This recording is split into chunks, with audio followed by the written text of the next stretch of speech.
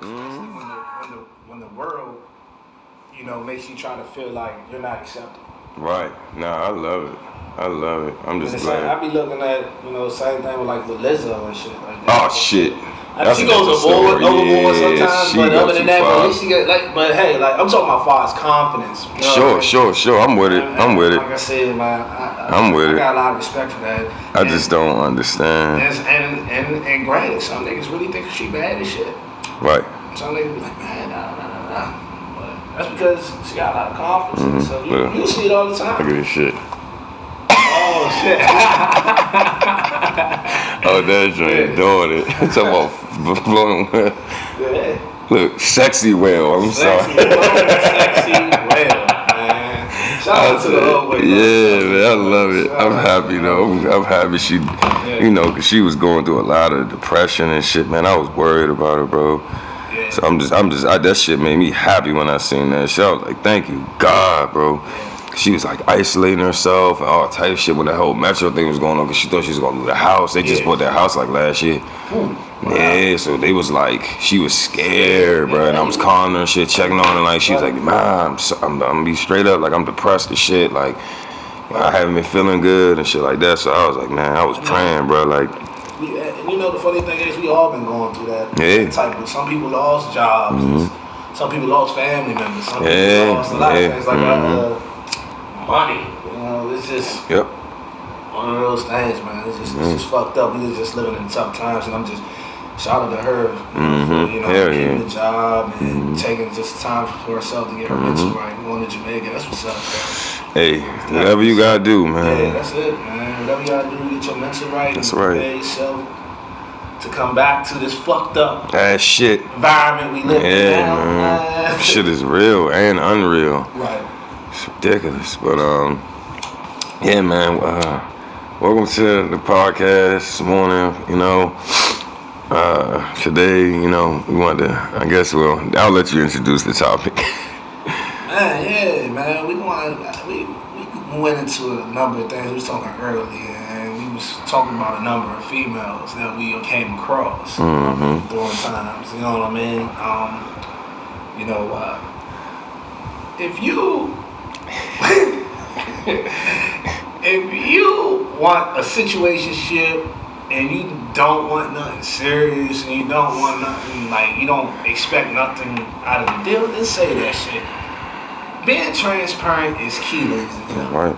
And that goes for men as well. Like if that's what you want, that's what you want. There's nothing wrong with that shit, right. man. But you putting it on the table so that way you're not leading anyone forward. Right.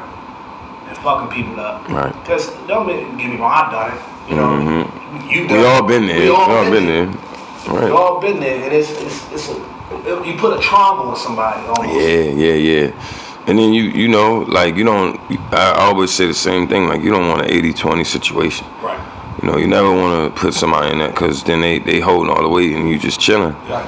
And I think a lot of people don't want to be accountable for how they can leave the wrong impression on somebody and emotionally had them stirred up. And so, man, I think that now it's so much of the defense going on. Everybody's trying to avoid being hurt because they've been hurt and they haven't resolved those issues. Right. So a lot of times, like the famous thing, a lot of the guys want to say, now I don't want no girlfriend. All that really means is I don't want to be embarrassed. I don't want to be the one who gets cheated on and then looks goofy. Right. But they don't realize that, dog, it's been guys out here. It's just like, I don't know if you had seen it, but the joint went viral. It was like this millionaire black guy. He was successful and shit like that. And his baby mother got pregnant. He bought her like 4 or 5 Louis Vuitton bags for push gifts. He was all excited. He got his money up. You heard about that? Yeah, I heard about that shit. That shit was wild as fuck. So, but this shit goes on all the time. So all you bitches, I just want to say this because I've been wanting to say it for a second since I heard about the story. So all you bitches talking about normalized push gifts, take your ass and go outside and hang yourself upside down from your feet from the back of a fucking trailer and let that shit drag you down the highway. Cause y'all bitches got such high expectations, right, but such low reciprocity. Y'all don't reciprocate. What's our fucking daddy gifts? Yeah. You know? Half of these bitches can't cook. That's it. Come on, let's talk about that shit. Like, you expect y'all think a nigga gonna stay around? Get the fuck out of here. Get the fuck out of here. Can't even fucking cook. Your ass on your third bowl of oodles and noodles. Mm-hmm. Or going out to eat every 2 days and shit. You know, but... Or wants you to cook. Back to the situationship, man. Like, yeah, man. Like, just be honest with people, man. Like, you know what I mean? It's nothing. I think we all adults and we all grown. You know what I mean? We gotta let people know, you know, straightforward on what you want, what you here for, what you expect out of the deal. Right. And then if so on happened, then it happened. It happened. I had to take, you know, time to myself and realize that shit too. Because I led people on and thinking it was gonna be something. And I wasn't even ready for that. You know what I mean? And I seen a lot of turmoil I put on people. You see what I'm saying? Because my selfishness out of the deal. And if I did that to you, listen to the podcast, I apologize for it because I was wrong for that shit. And niggas need to own up to it and be accountable for that shit. Take accountable. Because, you know what I mean? Like, I lost out on a good relationships, like, you know what I mean? Not even necessarily me trying to be in a relationship with a person. Yeah. It's like a good friendship. Yeah, that'll be turned sour. Yeah, and it turns sour. You know what I mean? The worst thing in any relationship, no matter what the status is resentment. Right. Once something happened that both of y'all hate, some type of, you know, that's why I think a lot of times, you know, people be cheating and they think it's like, oh, my partner, we should be able to get past this together and all that shit. But it's like, you know, you got to realize that that's, you know, that may be your feelings, you know what I mean? But you don't know how that shit make a person feel.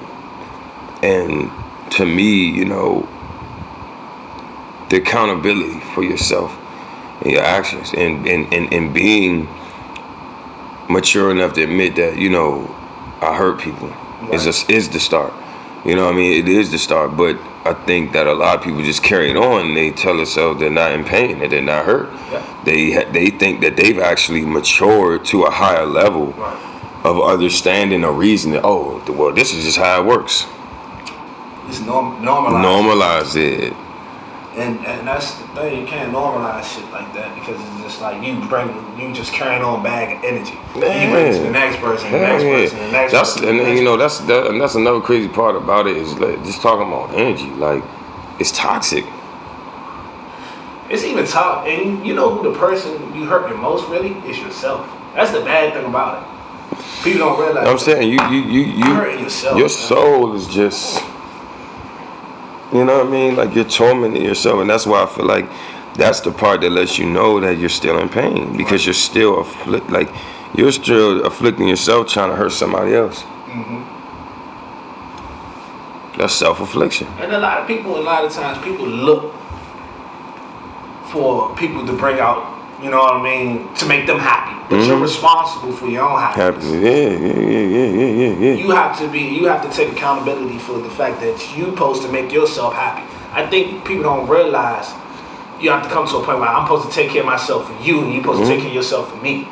But and again, like, you gotta be happy with yourself first. You know what I'm saying? You gotta as they say, you know, and they always say that shit, nobody wants to hear, you gotta love yourself first. And, you know, nobody wants to hear that, but it's the God honest truth.